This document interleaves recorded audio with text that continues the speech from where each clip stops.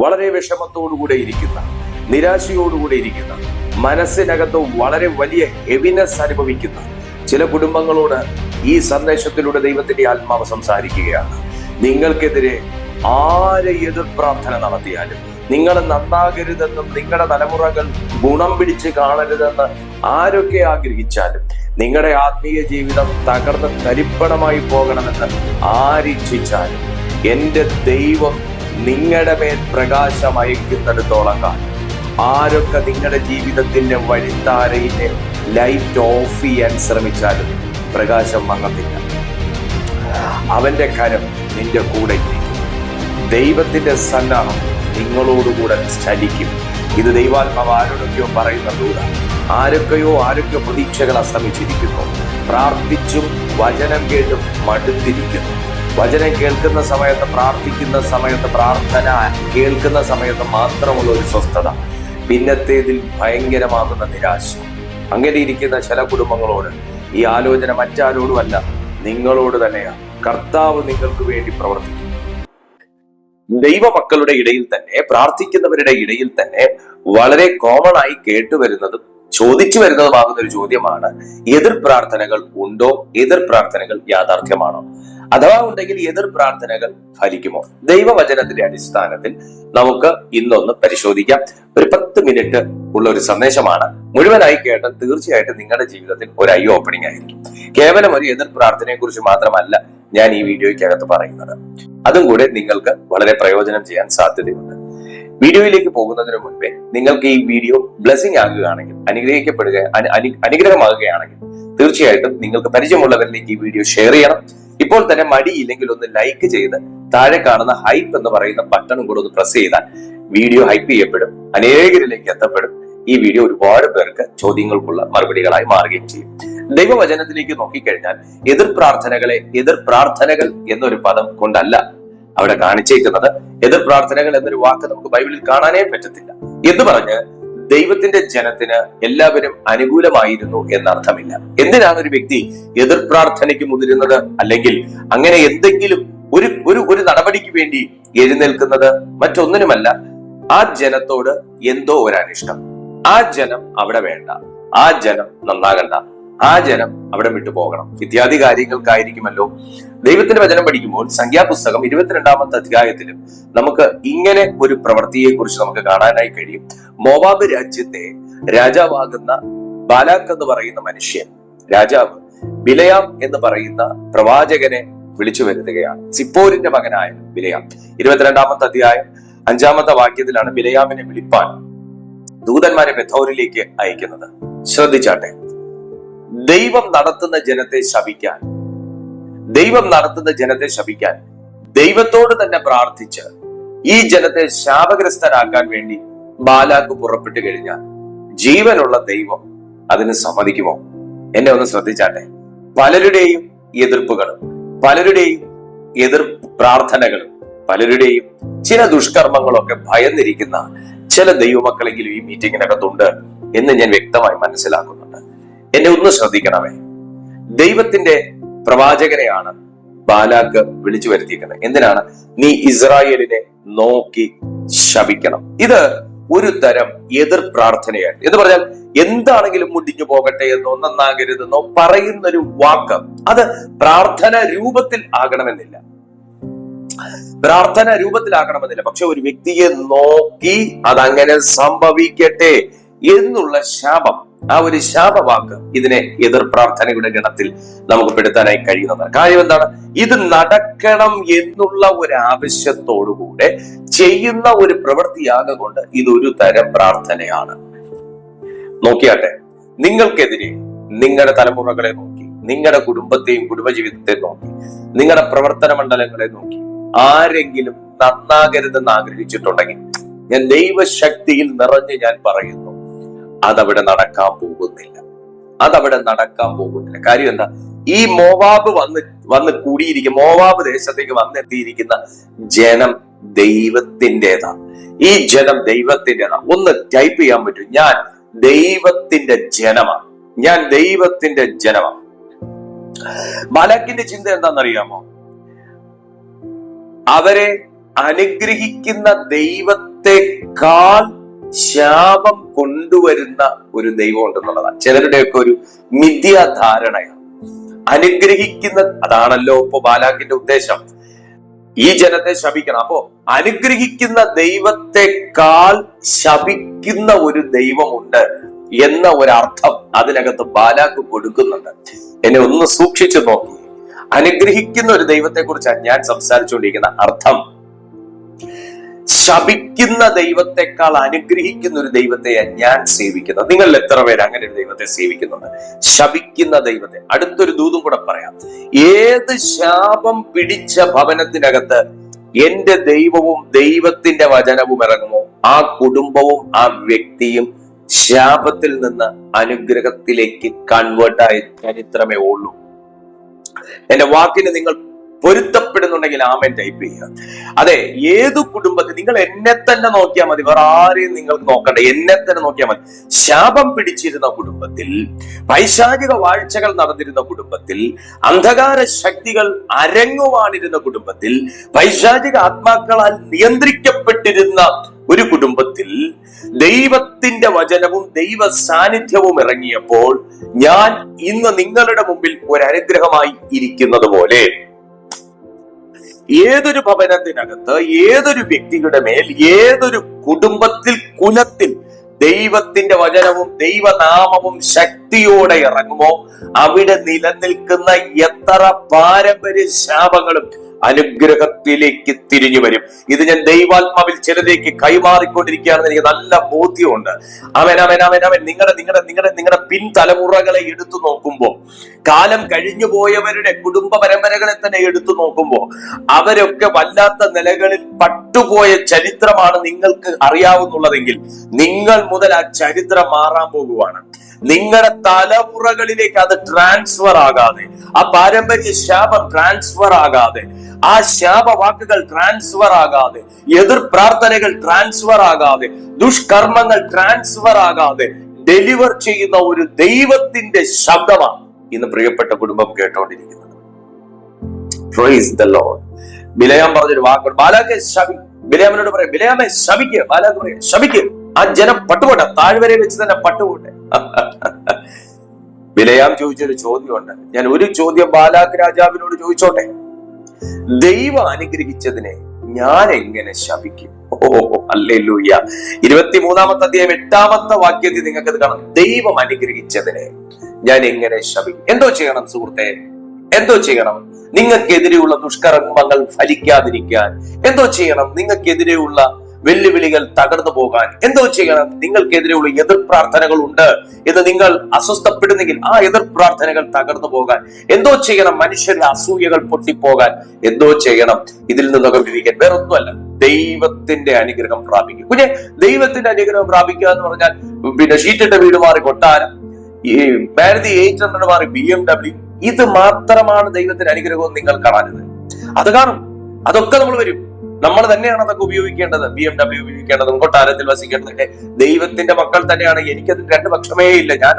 ഞാൻ വിശ്വസിക്കുന്ന മനുഷ്യനാണ് അതൊക്കെ. പക്ഷെ ഒരു കാര്യം, ദൈവത്തിന്റെ അനുഗ്രഹം എന്ന് പറയുന്നത് കേവലം ഒരു മെറ്റീരിയലിസ്റ്റിക് ബ്ലെസ്സിങ് മാത്രമാണെന്ന് ഞാൻ കാണുന്നില്ല.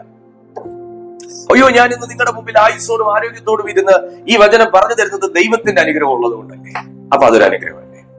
അതൊരു അനുഗ്രഹമല്ലേ? എനിക്ക് നിങ്ങൾക്ക് വേണ്ടി ഒരു വീഡിയോ ചെയ്യാൻ തോന്നിയത് ഒരു അനുഗ്രഹമല്ലേ? അത് എന്നെ സംബന്ധിച്ചൊരു അനുഗ്രഹമല്ലേ? എനിക്ക് നിങ്ങളുടെ മുമ്പിൽ ആയുസ്സോടെ സംസാരിക്കാൻ പറ്റുന്നു, അതൊരു അനുഗ്രഹമല്ലേ? അല്ലേ? എനിക്ക് ശബ്ദത്തോടെ സംസാരിക്കാൻ പറ്റുന്നു, ഒരു അനുഗ്രഹമല്ലേ? Price the Lord. എത്ര പേർക്ക് ഇത് സാധിക്കുന്നില്ല? എത്ര പേർക്ക് ഇത് സാധിക്കുന്നില്ല? കഴിഞ്ഞ ദിവസമൊക്കെ എനിക്ക് ത്രോട്ടിന് ഭയങ്കര ബുദ്ധിമുട്ടായിരുന്നു. നമ്മുടെ ശുശ്രൂഷകൾ കാണുന്ന മക്കൾക്കറിയാം, ഒത്തിരി ബുദ്ധിമുട്ടായിരുന്നു ത്രോട്ടിന്. കണ്ടിന്യൂസ് ആയിട്ടുള്ള പ്രീച്ചിങ്ങും കാര്യങ്ങളും ഒക്കെ ആയിട്ട്. അതിനെ സംബന്ധിച്ച് നോക്കുകയാണെങ്കിൽ ഇന്ന് ഞാൻ അനുഗ്രഹിക്കപ്പെട്ടവരല്ലേ? കാര്യം എന്താ?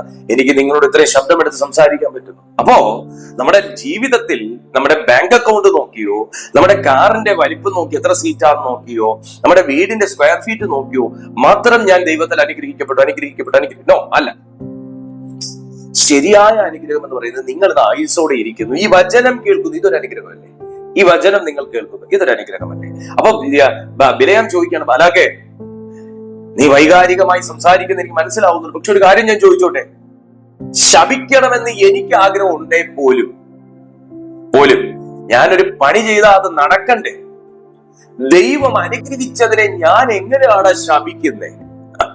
അർത്ഥം, നിനക്കെതിരെ ഒരു ശാപവാക്ക് പുറപ്പെട്ടാൽ പോലും, ഇനിയിപ്പോ ബിലയാമെന്ന് ശപിച്ചു എന്നിരിക്കട്ടെ ബാലാക്കിന് വേണ്ടി, എന്നാൽ പോലും ആ ശാപം ദൈവം അനുഗ്രഹിച്ചിരിക്കുന്നവന്റെ കുടുംബത്തിന്മേലും കുലത്തിന്മേലും അവന്റെ തറമേലും തലമുറകളിന്മേലും ആ ശാപം വന്ന് ഫലിക്കത്തില്ല എന്നർത്ഥം.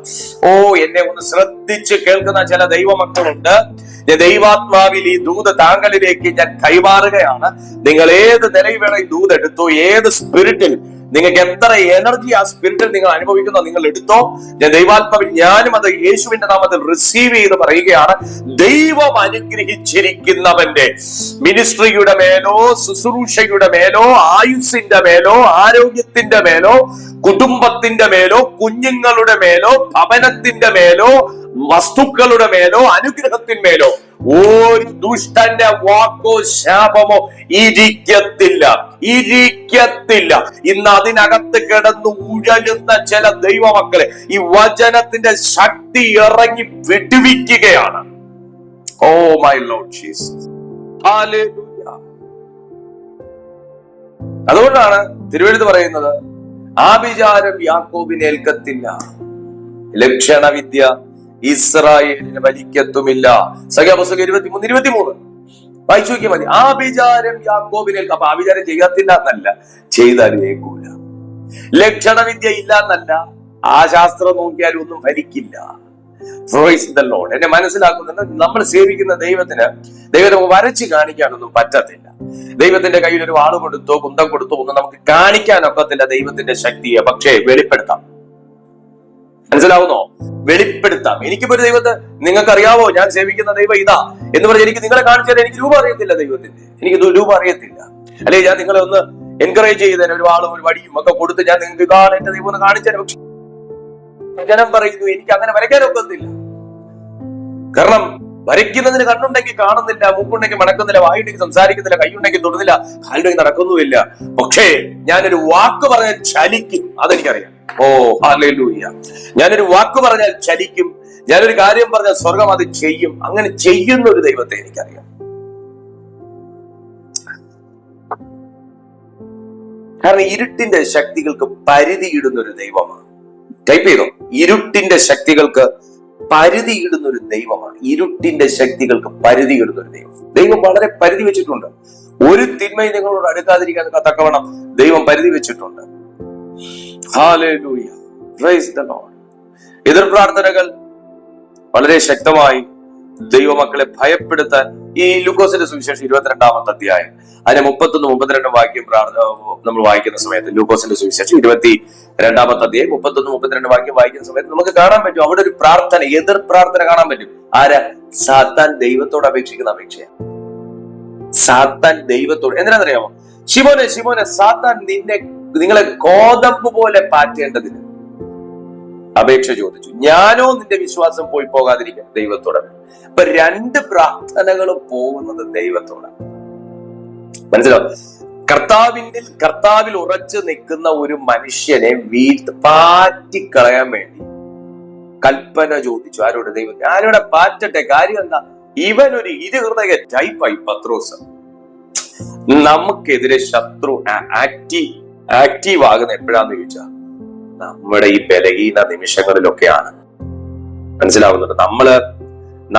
നമുക്ക് തന്നെ ശരിക്കും ഒരു നമ്മൾ വിശ്വാസിയാണോ അവിശ്വാസിയാണോ നമുക്ക് തന്നെ ഒരു ബോധമില്ലാതെ വരുന്നൊരു സന്ദർഭത്തിൽ, ഞാനിപ്പോ പോകുന്ന ദൈവത്തിന്റെ വഴിയാണോ അതോ ചെകുത്താന്റെ വഴിയാണോ നമുക്ക് തന്നെ പിടികിട്ടാത്തൊരു സന്ദർഭത്തിൽ, നമുക്ക് വിശ്വാസമുണ്ടോ ഇല്ലയോ എന്ന് നമുക്ക് തന്നെ കൺഫ്യൂഷൻ ആയിരിക്കുന്ന സമയത്താണ് സാത്താൻ ഭയങ്കരമായിട്ട് വാദിക്കും. പത്രോസും ഒരു ഇരുഹൃദയം പോലെയൊക്കെ നിന്ന അത്ര അങ്ങോട്ട് സ്ട്രോങ് അല്ലാതെ നിൽക്കുന്ന സമയം, അത് വിശ്വാസത്തിന്റെ മേലാണ് അത് കാണിക്കുന്നത്. അപ്പൊ ഞാനോ നിന്റെ വിശ്വാസം പോയി പോകാതിരിക്കേണ്ടതിന് ദൈവത്തോട് അപേക്ഷിച്ചു എന്നാ യേശു പറയുന്നത്. അപ്പൊ വിശ്വാസത്തിലാണ് പത്രോസിനെ ഒരു ഉണർവ് കുറവ്. എന്തോ കാര്യത്തിനകത്ത് പത്രോസ് ഇച്ചിരി ചഞ്ചലപ്പെട്ടിരുന്നു. അതാ ഇവനെ എടുത്ത് മാറ്റട്ടെ ഞാൻ എന്ന് ദൈവത്തോട് കൽപ്പന ചോദിച്ച ചെകുത്താൻ. ഞാനോ നിന്റെ വിശ്വാസം പോകാതിരിക്കേണ്ടതിന് ദൈവത്തോട് പ്രാർത്ഥിച്ചു. അപ്പൊ ഞാനൊരു കാര്യം നിങ്ങളോട് പറയാം. സാത്താൻ വാദിക്കും. നമ്മൾ ബലഹീനമാന്ന് അറിഞ്ഞാൽ സാത്താൻ വാദിക്കും. നമ്മളിപ്പോ പ്രാർത്ഥനാ ജീവിതത്തിലൊന്നും അല്ല എന്നറിഞ്ഞാൽ സാത്താൻ വാദിക്കും. നമുക്കിപ്പോ പഴയതുപോലെയൊന്നും ജീവിതം സൂക്ഷിക്കുന്ന സ്വഭാവം ഇല്ല എന്ന് കണ്ട സാത്താൻ വാദിക്കും.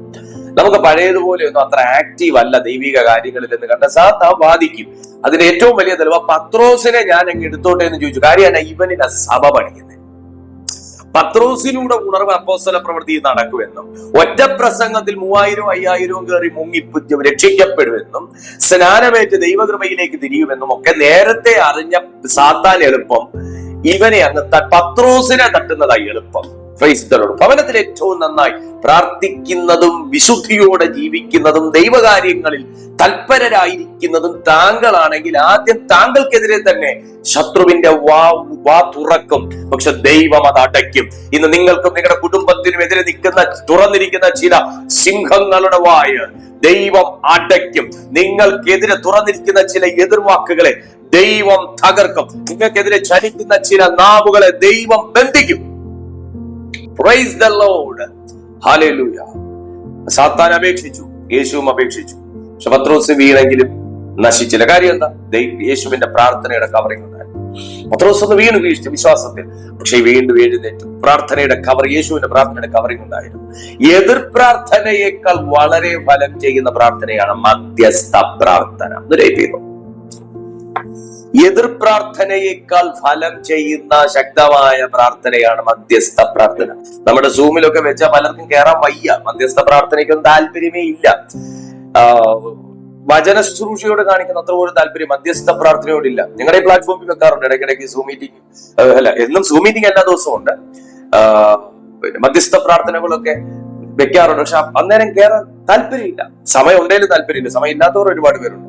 സമയം ഉണ്ടെങ്കിലും മധ്യസ്ഥ പ്രാർത്ഥനയിൽ ഒരാൾ പ്രാർത്ഥിക്കുന്നു, അത് കഴിയുമ്പോൾ അടുത്ത ആൾ പ്രാർത്ഥിക്കുന്നു. പക്ഷെ പത്രോസ് വീണതിന്റെ തലേദിവസം അല്ല യേശു പ്രാർത്ഥിച്ചത്. നേരത്തെ പ്രാർത്ഥിച്ചിട്ടിരുന്നത് വീഴുന്ന സമയത്ത് കിടന്നു പോകാണ്ടിരിക്കാൻ വേണ്ടിയിട്ടായിരുന്നു. അതുകൊണ്ടാണ് വീണെങ്കിലും വീണ്ടും എഴുന്നേറ്റ് ഒരു വചനം പറയുന്നത്. എന്താണെന്നറിയാമോ? സാത്താന്റെ എതിർ പ്രാർത്ഥനയേക്കാൾ വളരെ ഫലവത്തായിരുന്നു യേശുക്രിസ്തുവിന്റെ മധ്യസ്ഥ പ്രാർത്ഥന. വിശ്വാസം പോകരുതേ കർത്താവേ എന്നെ, ഇവനെ എഴുന്നേൽപ്പിക്കണേ, ഇവനെ അനേകർക്ക് വേണ്ടി പ്രയോജനപ്പെടുത്തണേ എന്നുള്ള പ്രാർത്ഥനകൾ. ചില മക്കളൊക്കെ ചിലരിരുന്ന് നിങ്ങൾക്ക് വേണ്ടി പ്രാർത്ഥിക്കുന്ന പ്രാർത്ഥനയൊന്നും ഗുണം ചെയ്തില്ല എന്നൊക്കെ ഇപ്പൊ തോന്നും. പക്ഷേ ഇതെല്ലാം ഒരു കവറിംഗ് ആയിട്ട് കിടക്കും കേട്ടോ. നിങ്ങൾക്ക് വേണ്ടി ദൈവദാസന്മാർ പ്രാർത്ഥിക്കുന്നത്, നിങ്ങളെ അനുഗ്രഹിച്ചു പറയുന്ന വാക്കുകളൊക്കെ ഒരു പ്രൊട്ടക്ഷൻ, ഒരു ഇൻവെസ്റ്റ്മെന്റ്, ഒരു ഡെപ്പോസിറ്റ് പോലെ കിടക്കും. ഒരു ഡെപ്പോസിറ്റ് പോലെ കിടക്കും. എപ്പോഴാണെങ്കിലും ഇൻട്രസ്റ്റ് സഹിതം അത് നിങ്ങൾക്ക് വിഡ്രോ ചെയ്യാനായിട്ട് സാധിക്കും. പക്ഷെ എതിർ പ്രാർത്ഥനകൾ അത് ഫലിക്കുന്നില്ല. കാര്യം എന്താ? ദൈവത്തിന്റെ കരവും കരുണയും വചനവും നമ്മുടെ കൂടെ ഉള്ളത് കൊണ്ട്. ഇയ്യോബിനെ ശത്രു തള്ളിയിട്ടു, എങ്കിലും ദൈവം ഇയ്യോബിനെ എഴുന്നേൽപ്പിച്ചു. കാരണം ദൈവം അനുഗ്രഹിച്ചിരിക്കുന്ന ഒരു കുടുംബത്തെ, ഒരു വ്യക്തിയെ അങ്ങനെ തടയാനോ തകർക്കാനോ പറ്റുന്നതല്ല. അത്രത്തോളം ദൈവിക സുരക്ഷിതത്വം ഉണ്ട്. നിങ്ങൾക്കെതിരെയുള്ള ആഭിചാരമാകട്ടെ, മന്ത്രവാദമാകട്ടെ, കൂടോത്രമാകട്ടെ, ഏതു തരത്തിലുള്ള ബന്ധനങ്ങളാകട്ടെ, ആഭിചാരം യാക്കോബിനെ ഏൽക്കത്തില്ല. ലക്ഷണവിധി ഇസ്രായേലിനെ ഫലിക്കത്തില്ല. നിങ്ങൾക്കെതിരെ പുറപ്പെട്ടിട്ടുണ്ടാകും, പക്ഷെ നിങ്ങൾക്ക് അത് ആത്മാവിൽ ജയിക്കാനായി കഴിയും. ആത്മാവിൽ അതിനെ ജയിക്കാനായി കഴിയും. ആത്മാവിൽ ജയിക്കാൻ കഴിയണം. അധികാരത്തോടെ പ്രാർത്ഥിക്കണം, അഭിഷേകത്തോടെ പ്രാർത്ഥിക്കണം, അന്യഭാഷയിൽ പ്രാർത്ഥിക്കണം. ആത്മാവിൽ തന്നെ നമ്മൾ എപ്പോഴും ജാഗരിച്ചിരിക്കുന്നുവെങ്കിൽ ഈ സാധനങ്ങളൊക്കെ നിർവീര്യമായി പോകും. ഒരു രാജ്യം മറ്റൊരു രാജ്യത്തിലേക്ക്, ഇപ്പൊ ഇറാനിൽ നിന്ന് യുഎഇയിലേക്കും, അമേരിക്കയിൽ നിന്ന് ഇറാനിൽ നിന്ന് ഇസ്രായേലിലേക്കും, ഇസ്രായേലിൽ നിന്ന് ഇറാനിലേക്കും ഒക്കെ അയക്കുന്ന മിസൈലുകൾ പുറപ്പെടുന്നുണ്ട്. പക്ഷെ എല്ലാം ഒന്നും വലിക്കുന്നില്ല. കാര്യം എന്താ? നിർവീര്യമാക്കും. ഇവിടെ നിന്നുള്ള ആ ഒരു ഡിഫൻസ് സിസ്റ്റം അതിനെ നിർവീര്യമാക്കും. ഇതാണ് നമ്മൾ ആത്മാവിൽ പ്രാർത്ഥിക്കുമ്പോൾ നടക്കുന്നത്. ശത്രു പലതും ഇങ്ങോട്ടേക്ക് അയക്കും, നമുക്കും അറിയാൻ വരുമെന്ന്. പക്ഷെ ആത്മാവിൽ നമ്മൾ സ്ട്രോങ് ആണെങ്കിൽ നമുക്ക് അതിനെ നിർവീര്യമാക്കാൻ. നിങ്ങൾക്ക് നിർവീര്യമാക്കാൻ കഴിയും. നിങ്ങളുടെ പ്രാർത്ഥനാ ജീവിതം ഒന്ന് ഉണരട്ടെ. നിങ്ങളുടെ ഭയം ഒന്ന് മാറട്ടെ. എനിക്ക് ആഭിചാരയേക്കോ, മന്ത്രവാദയേക്കോ, എനിക്കെതിരെ ദോഷമുണ്ടാകുമോ, പ്രശ്നം ഉണ്ടാകുമോ, നശിച്ചു പോകുമോ? No worries. കർത്താവ് കൂടെയുണ്ട്. യഹോവ തന്റെ ഭക്തന്മാർക്ക് ചുറ്റും പാളയമിറങ്ങിയവരെ വിടുവിക്കുന്നു. അന്ധകാരം ഭൂമിയെയും കൂരിരുട്ട് ജാതികളെയും മൂടുന്നു. നിന്റെ മേലോ യഹോവ പ്രകാശം. ദയവായ കർത്താവ് നിങ്ങളെ അനുഗ്രഹിക്കട്ടെ. God B with you.